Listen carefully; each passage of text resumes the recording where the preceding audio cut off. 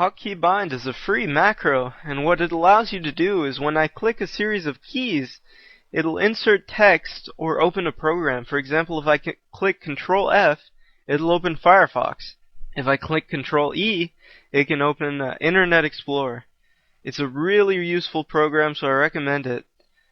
Just Google Hotkeybind, and second result, you can see download Hotkeybind. Just download the self-extracting installer, or you can even download the source code to see how it was made. I click the installer, it saves it onto my desktop. Just click next a bunch of times, and once you're finished, it'll open a little icon in your taskbar. It's probably on the bottom right, and you click the key. It looks like a little key icon.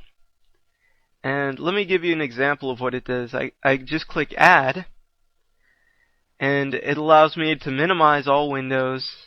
It gives you several functions you can use, and connect to the internet.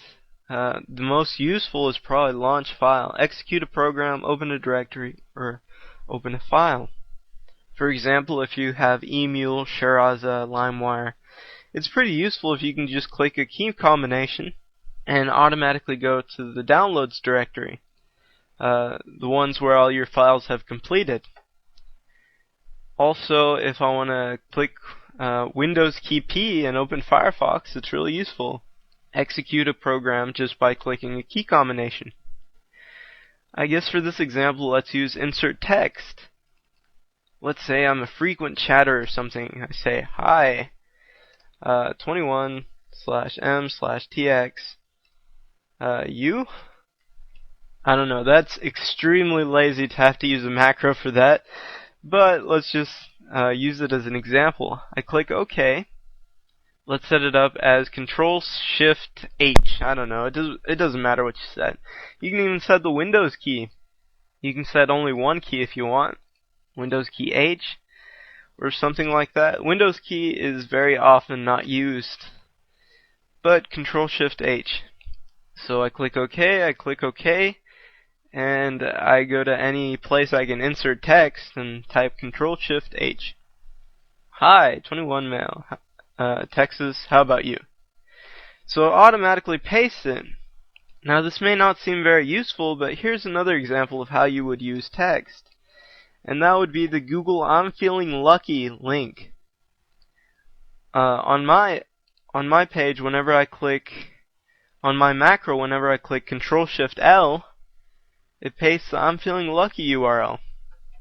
It may seem trivial, but let me give you an example. Let's say I'm chatting to my friend and he says, I use Yahoo Instant Messenger. I say, no, use Pigeon, it's way better. You can use several instant messengers at once. What's the first thing they say? Without variance, it's, okay, give me the link. Like, damn it! Just go to Google and type download Pigeon. But they always ask you, don't they?